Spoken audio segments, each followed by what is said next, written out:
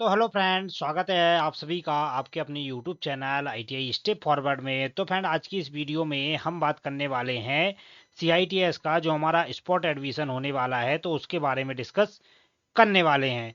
तो spot admission के लिए आपको किस कॉलेज में जाना होगा। कुछ कैंडिडेट्स ऐसे भी हैं जो कमेंट्स करके पूछ रहे थे पिछली वीडियो पे कि सर स्पॉट एडमिशन के लिए किस कॉलेज जाना होगा, क्या नियरेस्ट एनएसटीआई में हम एडमिशन करा सकते हैं।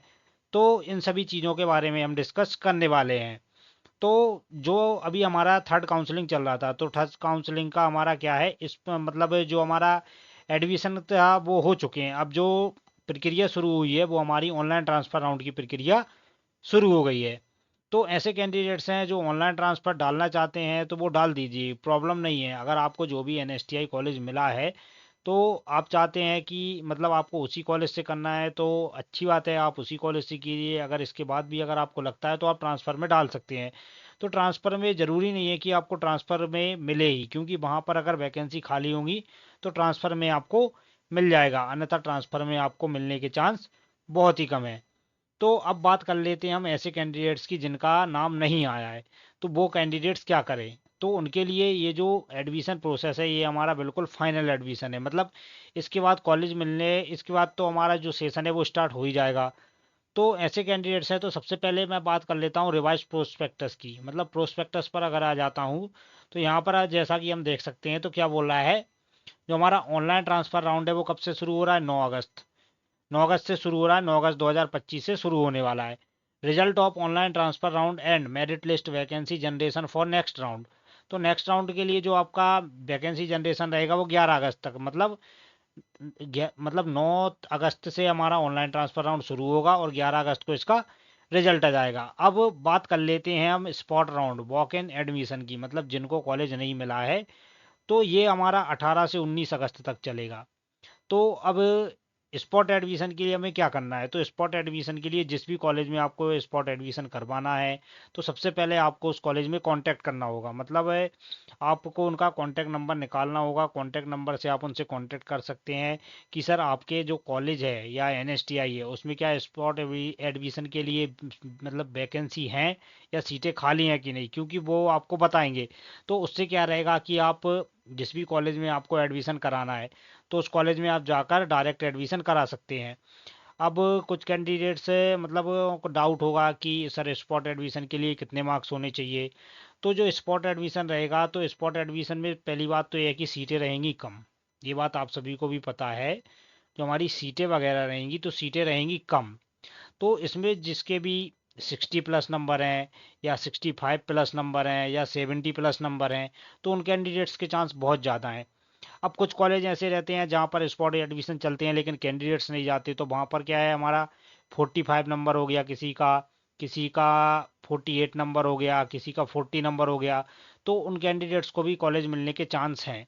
तो ऐसा नहीं है कि 60 या 65 या 70+ वाले नंबर वाले कैंडिडेट्स को ही कॉलेज मिलेगा, क्योंकि अभी भी मतलब आपको ये चीज़ तो आपको पता करनी पड़ेगी कि किस कॉलेज में हमारी कितनी वैकेंसीज खाली हैं। तो इस बात का आपको ध्यान रखना है। तो जैसे आप पता करेंगे तो उसमें क्या रहेगा कि आपको पता चल जाएगा कि किस कॉलेज में किस ट्रेड में कितनी सीटें खाली हैं। तो उसके बाद क्या है, आप एडमिशन के लिए अप्लाई कर पाएंगे। अब उसके लिए क्या है कि आप जैसे सीआईटी स्पॉट एडमिशन के लिए जाएंगे या वॉक इन एडमिशन भी हम इसको बोलते हैं, तो उसके लिए कौन कौन से डॉक्यूमेंट्स लगेंगे, कौन कौन से डॉक्यूमेंट्स नहीं लगेंगे, तो इन सभी बातों का भी आपको ध्यान रखना है। क्योंकि आप एडमिशन कराने तो जा रहे हो, अगर आपका एडमिशन हो गया तो वहाँ पर आपको कौन कौन से डॉक्यूमेंट्स ले जाने हैं, तो इस बात का भी आपको बहुत ही ज़्यादा ध्यान रखना है। तो डॉक्यूमेंट्स मैं मतलब अपनी पिछली वीडियो में भी बता चुका हूँ, तो आज की इस वीडियो में मतलब मैं एक बार और मैं आपको डॉक्यूमेंट्स बताने जा रहा हूँ। तो डॉक्यूमेंट्स में अगर हम बात करें तो डॉक्यूमेंट्स में हमारा ज़्यादा कुछ नहीं रहेगा।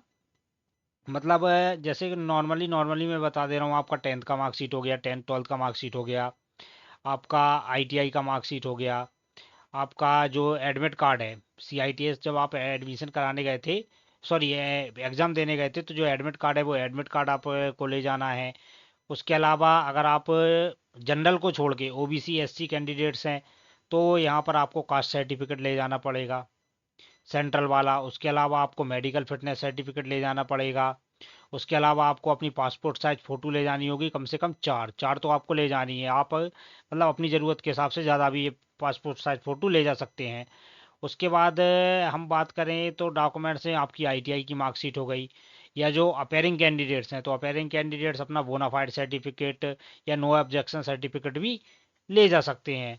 तो ये क्या रहेगा, हमारा एडमिशन के लिए डॉक्यूमेंट्स रिक्वायर्ड रहेगा। अब मेडिकल फिटनेस सर्टिफिकेट की ओर बात कर लेते हैं थोड़ा। तो ये जो मेडिकल फिटनेस सर्टिफिकेट है, जैसा कि आप देख सकते हैं, तो ये जो मेडिकल फिटनेस सर्टिफिकेट है स्पेशली सीआईटीएस की साइट पर या सीआईटीएस एडमिशन के लिए ही बनाया गया है। तो इसमें क्या रहेगा कि मतलब आपको एमबीबीएस डॉक्टर हो या जो गवर्नमेंट डॉक्टर रहते हैं तो उनसे आपको ये मेडिकल फिटनेस सर्टिफिकेट बनवाना है, जो कि आपका एक हफ्ते पुराना नहीं होना चाहिए। तो ये मेडिकल सर्टिफिकेट आप बनवा सकते हैं। यहाँ पर आपका नाम वगैरह रहता है, हाइट वगैरह, वेस्ट वेट वगैरह ये सब रहता है। तो मेडिकल फिटनेस सर्टिफिकेट भी आप स्पॉट एडमिशन में जाने से पहले, जिस भी कॉलेज में आप जा रहे हैं तो उसमें जाने से पहले आपको मेडिकल फिटनेस सर्टिफिकेट तो बनवाना ही पड़ेगा। उसके अलावा हम बात कर लेते हैं कि अब जो कैंडिडेट्स हैं जैसे बोल रहे हैं कि मुझे ये कॉलेज नहीं मिला है, मुझे वो कॉलेज नहीं मिला है, तो जिसको अभी मतलब थर्ड राउंड में जो कॉलेज मिल गया है या आप ट्रांसफ़र वगैरह का सोच रहे हैं, तो अच्छी बात है, आपको ट्रांसफ़र आप करवा रहे हैं, ट्रांसफ़र कॉलेज आपको मिल जाए। लेकिन ये मेरा कहना ये है कि अगर आपको जैसे जो कॉलेज मिल गया है तो मेरे हिसाब से आपको उसी कॉलेज से कर लेना चाहिए, क्योंकि एक साल की बात है। अब अगर आप ट्रांसफ़र में डाल रहे हो, ट्रांसफ़र में नहीं मिल रहा है, पता चला उसके बाद भी नहीं मिला, तो कोई मतलब नहीं है, मतलब एक साल फिर आपका वेस्ट हो जाएगा। तो जिसको जो कॉलेज मिला है आप उसी कॉलेज में एडमिशन अपना कंफर्म करा लीजिए। उसके बाद बात करें जिन कैंडिडेट्स को नहीं मिला है तो उनके लिए एक ही बात है कि आप कॉलेज में ट्राई कीजिए, मतलब कॉलेज में आप पता कीजिए कि किस कॉलेज में स्पॉट एडमिशन चल रहे हैं। क्योंकि कुछ कॉलेज ऐसे हैं जिनमें सीटें पूरी तरीके से खा मतलब भर चुकी हैं, तो वहाँ पर स्पॉट एडमिशन की ज़रूरत ही नहीं है। तो आपको पता करना होगा कि स्पॉट एडमिशन में कहाँ किस कॉलेज में कितनी वैकेंसी खाली हैं, या वहाँ पर स्पॉट एडमिशन हो रहा है या नहीं। तो इस बात का मतलब ध्यान आपको ही रखना पड़ेगा। और उसके अलावा बात कर लेते हैं हम और ऑनलाइन एडमी और सॉरी ऑनलाइन फीस रिसिप्ट। तो ऑनलाइन फीस रिसिप्ट भी आप लोग को डॉक्यूमेंट्स में ले जानी है। तो आपने ऑनलाइन फीस रिसिप्ट 1,000 रुपये की जो ऑनलाइन फीस रिसिप्ट है तो वो भी आपको ले जानी है। और स्पॉट एडमिशन में आपका डायरेक्ट एडमिशन हो जाएगा। और जो भी ऐसे कैंडिडेट्स हैं जो स्पॉट एडमिशन के लिए जाना चाहते हैं तो आप स्पॉट एडमिशन के लिए तैयार रहिए। मतलब जिस भी कॉलेज में आपको जाना है, चाहे वो मुंबई हो, चाहे वो आपका एनएसटीआई हैदराबाद हो, चाहे एनएसटीआई लुधियाना हो, या एनएसटीआई हमारा कानपुर हो, तो जिस भी एनएसटीआई में आपको एडमिशन लेना है तो आपको उसके लिए प्रिपेयर रहना होगा और आपको पता करना होगा कि वहाँ पर जिस भी ट्रेड से आप हो, चाहे फिटर से हो, टर्नर से हो, वेल्डर से हो, मशीनिस्ट से हो, ऑटोमोबाइल से हो, जिस भी ट्रेड से हो आप हो, कि वहाँ पर वैकेंसीज खाली हैं या नहीं। तो इस बात का भी आपको ध्यान रखना है, क्योंकि वैकेंसी खाली होंगी तभी तो आप स्मार्ट एडमिशन करवा सकते हैं।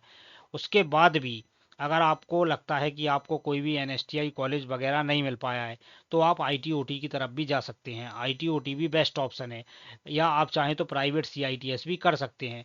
क्योंकि एनएसटीआई हो गया, आईटीओटी हो गया, प्राइवेट आईटीओटी हो गया, या प्राइवेट गवर्नमेंट जो भी है, तो आपको सिर्फ सीआईटीएस सर्टिफिकेट, मतलब कहने का मतलब ये है सीआईटीएस सर्टिफिकेट आपको तो वही रहेगा, बस मेन है आपका नॉलेज।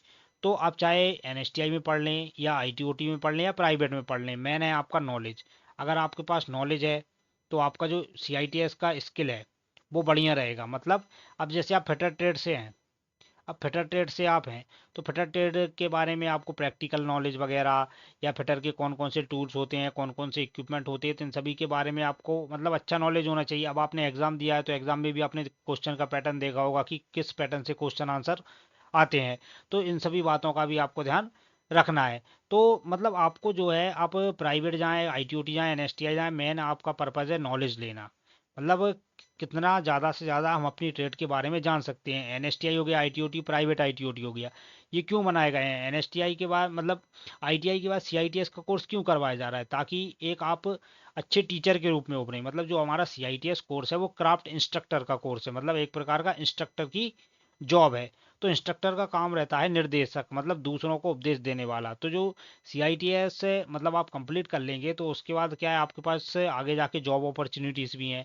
जैसे किसी किसी राज्य में अभी सीआईटीएस को लागू नहीं किया है, लेकिन धीरे धीरे वहाँ पर सीआईटीएस लागू हो जाएगा। तो सीआईटीएस तो मतलब करना अच्छा अच्छा ही है। उसके अलावा अब मतलब हम स्पॉट एडमिशन की बात कर रहे थे, हम दूसरे टॉपिक पर चले गए हैं। तो स्पॉट एडमिशन के लिए आपको क्या है, प्रिपेयर रहना है, आपको पता करना है कि किस कॉलेज में कहाँ पर कितनी वैकेंसीज खाली हैं, तो उसके बाद ही आप वहाँ पर एडमिशन लेने जाएं। तो आज की वीडियो में इतना ही, और अगर आपको जो भी डाउट होता है तो आप मुझसे कमेंट बॉक्स में कमेंट करके पूछ सकते हैं, मैं कोशिश करूंगा कि आप सभी को रिप्लाई कर सकूं। तो जो भी आपको डाउट रहेगा आप कमेंट बॉक्स में कमेंट करके पूछ सकते हैं। तो मिलते हैं नेक्स्ट वीडियो में, तब तक के लिए जय हिंद।